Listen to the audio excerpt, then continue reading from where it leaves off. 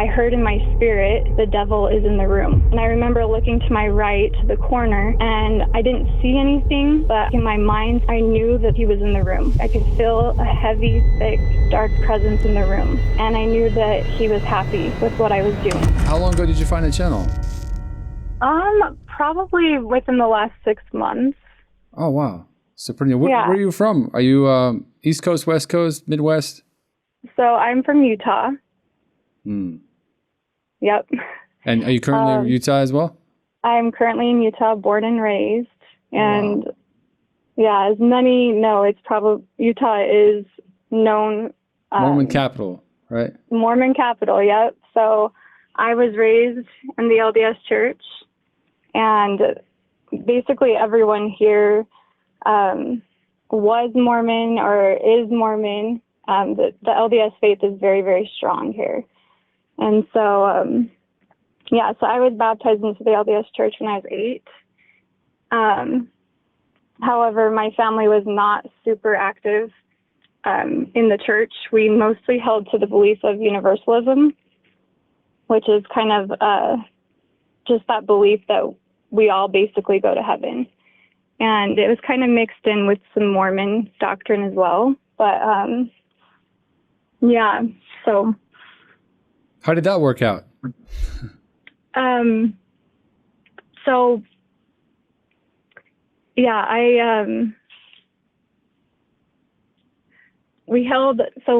believed in universalism, that basically everyone goes to heaven, but we never really spoke about hell or sin or the Bible.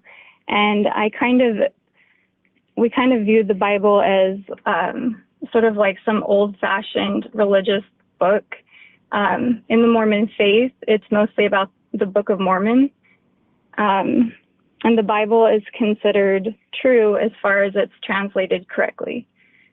And so our view of God and Jesus and the gospel was very kind of warped. But our family was really poor and we moved around a lot. And because of that, I was always the new kid at school. And I always felt like an outcast. And I developed this fear of rejection so much that I would isolate myself from the other kids. And I was really shy and I was really introverted. But I was a good girl and I never got into any sort of trouble. But I was also a people pleaser and I was really passive and also, just to avoid that rejection. And my parents divorced when I was 9, and it was really traumatic for my siblings and I, not because of them separating, but because the relationship was not really good. My dad, there's a lot of infidelity, but it was the court battle that we went through. We went from being with my mom 24/7 to my dad somehow getting full custody of us, and he was very intimidating and strict, and he worked a lot, and a lot of times my older brother and I had to take on the role of caring for our 3 younger siblings. And it's kind of like we were forced to grow up quickly, and it was hard at times, and we just really wanted to be with our mom. But once I turned 15, I was legally allowed to move in with my mom. So I chose to do that, following my brother. And eventually all my siblings made that same decision. But at 17, I started hanging out with some friends that were really bad influences. And I got into a relationship that was not so great. And I was being cheated on all the time. And he had a drinking addiction and he had a pornography addiction. And so I was constantly being compared and always being made to feel like I wasn't good enough. And and so my self-worth was just starting to break.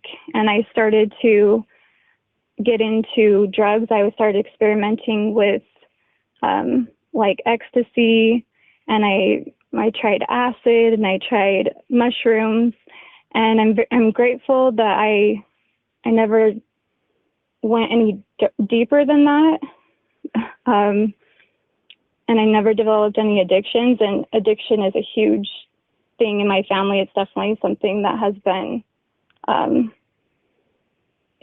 carried through my bloodline, like some sort of generational curse that has gone on with my family.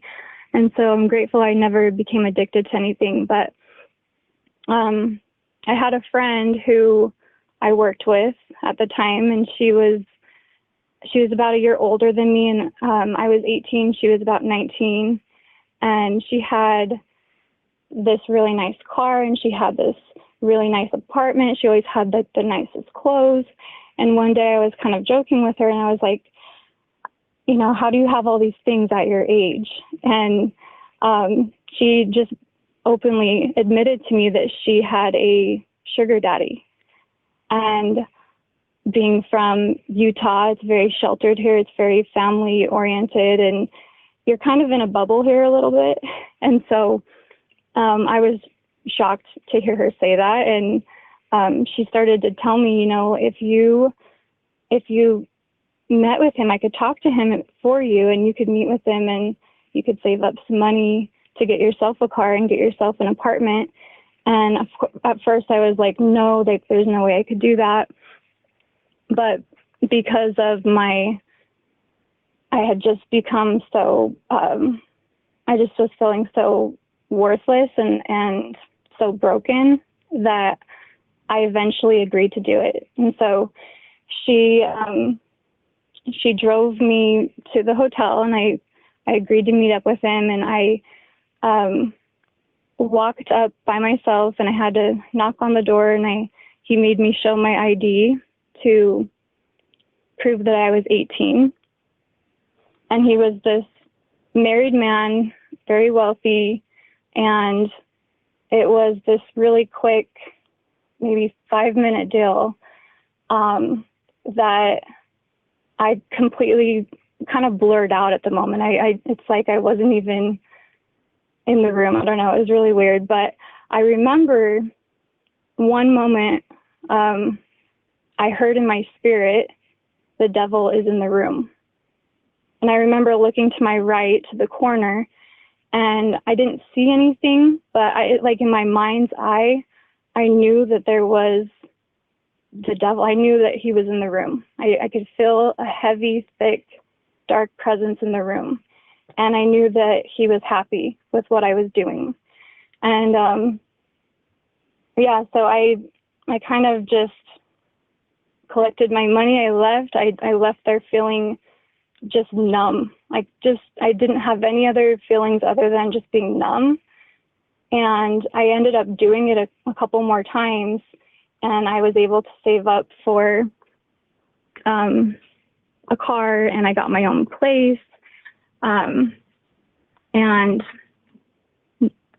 then not long after that, I had another friend who wanted me to go with her to apply to become an exotic dancer. And she didn't want to go alone. She was scared to go and apply by herself. So I agreed to go just as a support. And the second I got in there and she started filling out her application, the managers kind of cornered me, and they were like, you need to do this. You would make so much money. Like you would be one of our star girls. And they just really cornered me about it. And my friend was also, and I, being this really passive person, I just kind of was like, okay. And also knowing what I had just done, I thought, well, it's not any worse than what I just did. And so I agreed to do it. And so I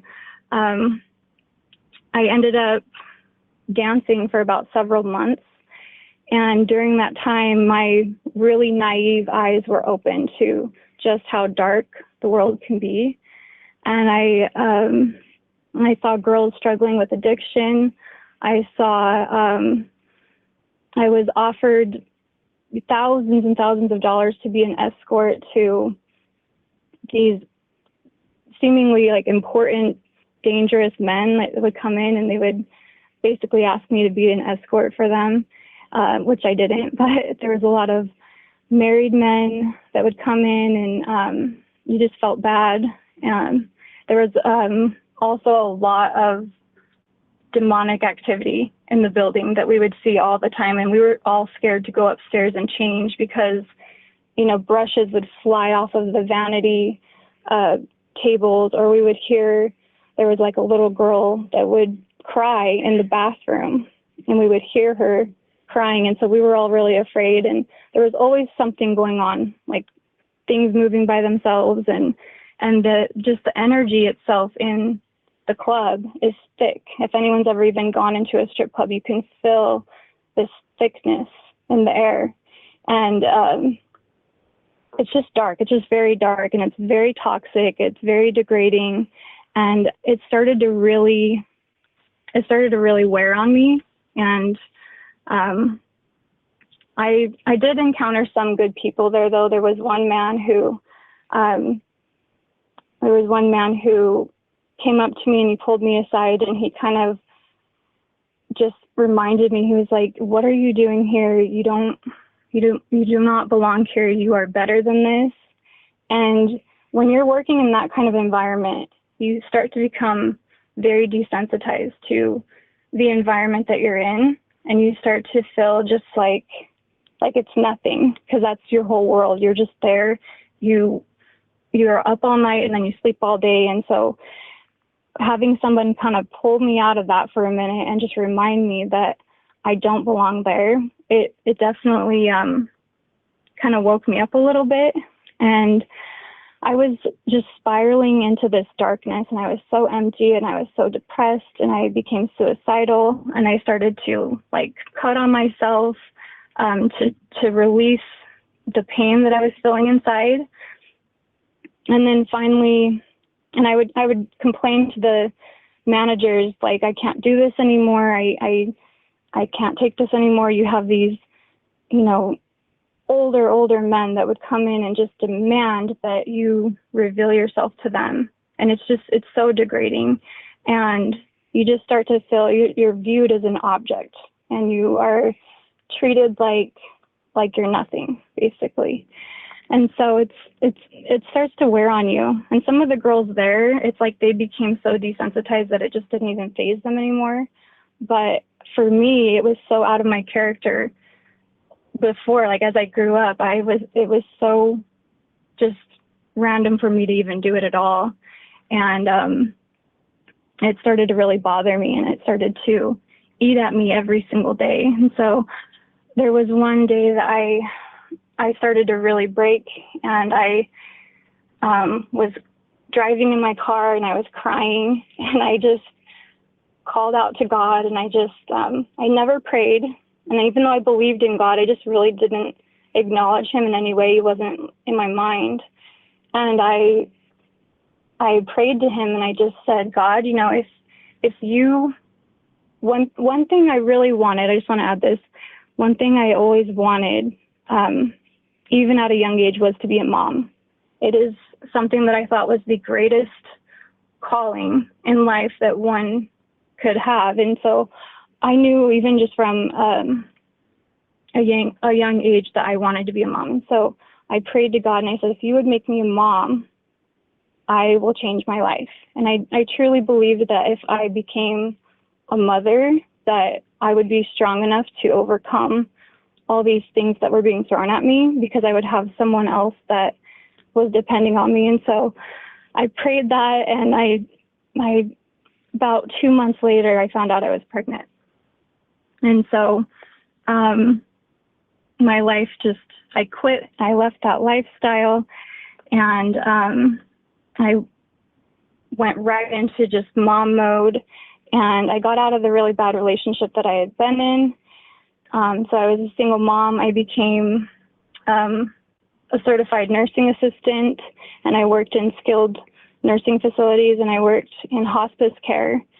And then I also started dating my now husband, and we went on to have 5 more children. Whoa. So 5 more. So I cool. am now a mother to 6. And Wow. it is the greatest blessing. And I just look back at that moment where I just cried out to God and I asked him, make me a mom. And now here I am with 6. So God is so good. And but even though I had moved on and I was living my life, I still was holding on to this enormous shame and guilt because of all those things that I had done. And it was like a prison. I was locked into it, and I would have nightmares sometimes. I would have just these moments where I could not believe that I had done those things. And I had this impression that I needed to sort of perfect myself before I came to God. And I from him. And just because of my upbringing in the Mormon church, it's a work-based faith. And so I had the impression that I needed to be kind of good before I came. And so in 2017, I started going through this sort of awakening. And I started waking up about certain things about our food, our water, the air, things that are going on in the world. And I came across something called Agenda 21, and that ultimately led me to the Bible. And from there, and it just basically all has to do with like one world government, which the Bible talks about. And from there, I started to become really interested in the Bible and eschatology and the end times. And for the first time, I started to understand the reality of hell, and I started to feel the fear of God. And I started to become really curious about Jesus, and every night I would get on this app called Pinterest and would pull up Bible verses or pictures of Jesus, and I started, and the more I started to pursue him, the more I started getting attacks at night. And I would wake up to the sensation of like hands around my neck and pressure and sleep paralysis at the same time, like I was being choked. And I could feel an evil presence in the room. I started having nightmares. And just about a month before I officially accepted Jesus as my Savior, I had this nightmare where I was in this abandoned, empty, dark warehouse, and I was sitting in a chair, and there was a skylight, and the moon was shining down on me, and there was this enormous hand, like demonic hand, came around from behind me, and it had these huge like claws, and it dug its claws into my chest, and I heard in this really low demonic voice, "She's mine." And I woke up to sleep paralysis. I felt an evil presence in the room.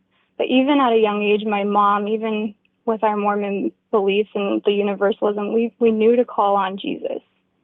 And we were taught to use the name of Jesus, that there's power in his name. And so I would call on him, and it would, I'd feel the presence leave. But I believe that the enemy knew that I was starting to come to Christ.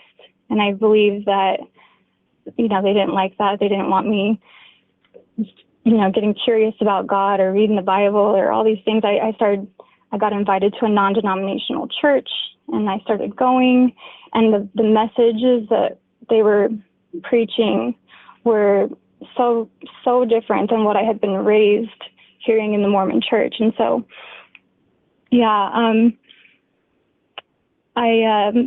about a month later, I was doing the same thing. I would get on Pinterest, and I was looking up different verses, and just whatever would stand out to me, I would read, and I came across the sinner's prayer. And I know that people have different opinions about the sinner's prayer, but I didn't know what it was. I had no clue what the sinner's prayer was, and I decided to pray it.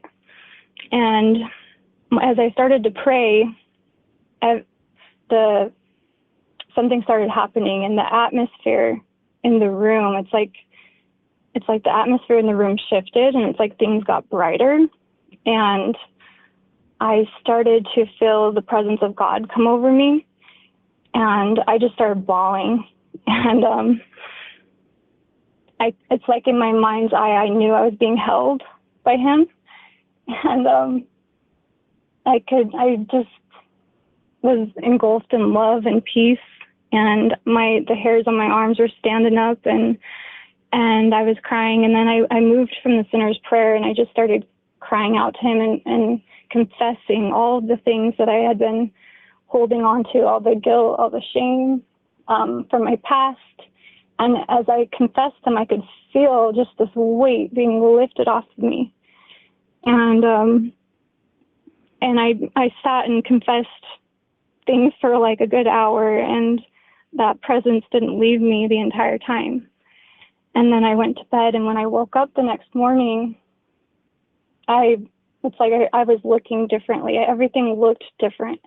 And I had this overwhelming love for everyone that I came across. I just kept praying for people, even though they couldn't hear me. I would be in my car praying for them, or I would find ways that I could go and help people. I started signing up at church. I started going to church. I started taking my family to church. I started teaching my children about Jesus. And I had no idea that I had been born again. But then I would later found out that that's what happened that night. I became born again. And so everything just changed. My life changed overnight. And yeah, it's been quite the journey, but as on fire as I was for the Lord, I still was not living a fully surrendered life. There was still a little bit of me holding back just a little bit in different areas. Like I just wasn't putting him completely first with everything I was doing. And so, but in the same breath, I was learning about him. I was watching videos, I was reading, but one thing that I started to really feel conviction on is celebrating secular holidays. It's celebrating Halloween mainly was something that the Lord really firmly put on my heart to change. And it's something my family loved, Halloween. And before coming to Christ, I would sit and watch horror movies. I was really into the paranormal and into mediums. And so that's something he really dealt with me on, and just opened my eyes to the truth behind Halloween and how dark it is and the things that go on, and that child sacrifice still happens to this day. And it's happening on Halloween. It's massive.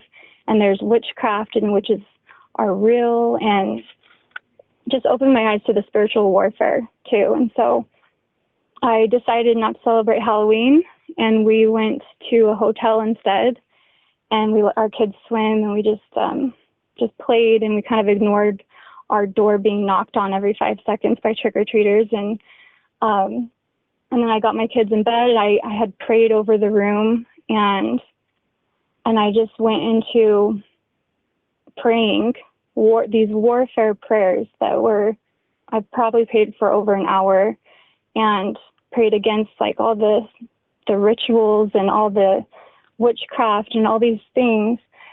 And then I went to sleep. And when in the night, I woke up, but it wasn't like a dream, but it's like my spirit woke up, but my body was still asleep. I don't know how else to explain it, but I was awake, but my body was asleep. I can't explain it. It's weird. And I just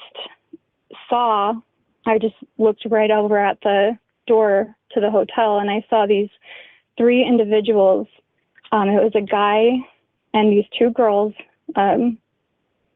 probably in their 20s, came through the hotel door, but they were floating, and they were smiling at me. And then I heard in my spirit, I heard witches. And it was the the most intense feeling of evil. And I had that same kind of sleep paralysis feeling that you get. And they just continued to kind of glide towards me. And I was trying to yell out for Jesus. And I could not move. It's like they locked my jaw. I don't know how, but I could move my arms, but I could not move my jaw. And it's one of the things I prayed against them was for their mouths not to be able to move when they're saying their like spells and incantations and stuff. I prayed against that. And so I couldn't move my jaw, and I was trying to use my hands to pry it open so that I could cry out for Jesus. And they just continued to come at me. And when they got about an inch away from my face, I woke up physically and I just started yelling out, Jesus, Jesus. And then my whole family was asleep and I'm just yelling out Jesus. And I felt the most evil. Like I could feel that there was a presence in the room, and I felt like I was being watched. And I commanded them to leave in the name of Jesus. And I hurried and grabbed my phone and I looked down. It was 3 a.m. And I pulled out my Bible. I started reading Psalm 91. I started praying over the room. I started, but then I started realizing too, like, gosh, I engaged in all this spiritual warfare, and I'm not fully surrendered to God, where I am waking up in the morning and giving him, the control over my life. I was still kind of in control of it. And so I felt like my eyes were open to the fact that we really need to be careful in engaging in certain types of warfare if we are not fully living for the Lord. And so, yeah. And wow. It was pretty crazy. It shook me for about 2 weeks. I could not believe, it just really rattled me. So, yeah. Melanie, it should be a movie about your life. Wow. What a testimony from LDS to everything you went through, and now you are a follower of Jesus. It's not about how you start your race, it's how you finish it. And it sounds like you finished, or you're in the process of finishing your race strong. But something you touched upon, you talked about normalizing things, how we should be so careful what we normalize. When you were working as a dancer and just living that lifestyle, how many people just normalize that and they accepted that as the norm, and you kind of remove yourself emotionally, mentally, but how important it is to search your heart and not normalize that kind of behavior, right? Yeah, and it is. Yeah. I am curious about your parents. Do you still do you stay in touch with them? Are they still on the same path? Are they believers now? Where are they at today? So my dad, he's still in my life, and I had to work through a lot of stuff, but I've forgiven him, and we're good. And I've been sharing about Jesus, and the thing that's hard about the Mormon faith is they think they know Jesus. Like they have a different version of Jesus, though. It's not the same Jesus. They believe that he is a created being and not creator. And so it's hard to kind of dismantle the indoctrination there with the Mormon teachings. And so my dad is kind of in the middle. He's coming slowly. And then actually my mom passed away last year. Oh, sorry to hear that. And I had been sharing with her about Jesus, and she told me that, because I kind of led her through a prayer, and she told me that she had accepted him. And so, yeah, I'm very optimistic that she's with the Lord, but it was the hardest thing I went through, losing my mom, and the Lord was with me. And I actually did hear, I was crying, just in the raw moments of my grief. And I was asking the Lord, like, is she okay? Because I wasn't 100% sure, like, if she had been born again, like actually born again. And I just heard in my spirit, I saved her. And so, yeah. Well, Melanie, because of your obedience, because of everything you went through, but you persevered, your obedience. Look, you led your mom to the Lord. You changed the trajectory of the whole family, like because of you being obedient. Wow. I am the first born again believer to come out of my family, and it's hard. And it's usually how it works out. Usually, the first ones are the ones that go through the worst. Yeah. And they pay the price for the whole family, right? But it stops with you. It stops with you. You get to choose now. The generational curse breaker. Yeah, you want to be that person in your family that look back is because of Melanie. Now we are where we are. In my family, it's because of my mom and dad. My dad was an underground pastor. My mom, it's because of them. They changed the whole course of our family, and I don't take that lightly. People like that need to be applauded. Well, Melanie, I got to run to other phone calls here, but I just want to say thank you so much for being so vulnerable and sharing your journey. Thank you. It wasn't easy for the opportunity. Thank you so much. Thank you. God bless. We'll stay in touch. God bless. Okay. Bye. Take care. Bye-bye. Hey, thank you so much for watching. Before you go, can you do me a huge favor and subscribe to the channel? And also want to invite you to join our free private community with thousands of members at godsvoicefamily.com. And lastly, if you thought this testimony was powerful, wait until you check out what I have for you next. It should be on the screen right now. Go ahead, click on that video, and I'll see you there.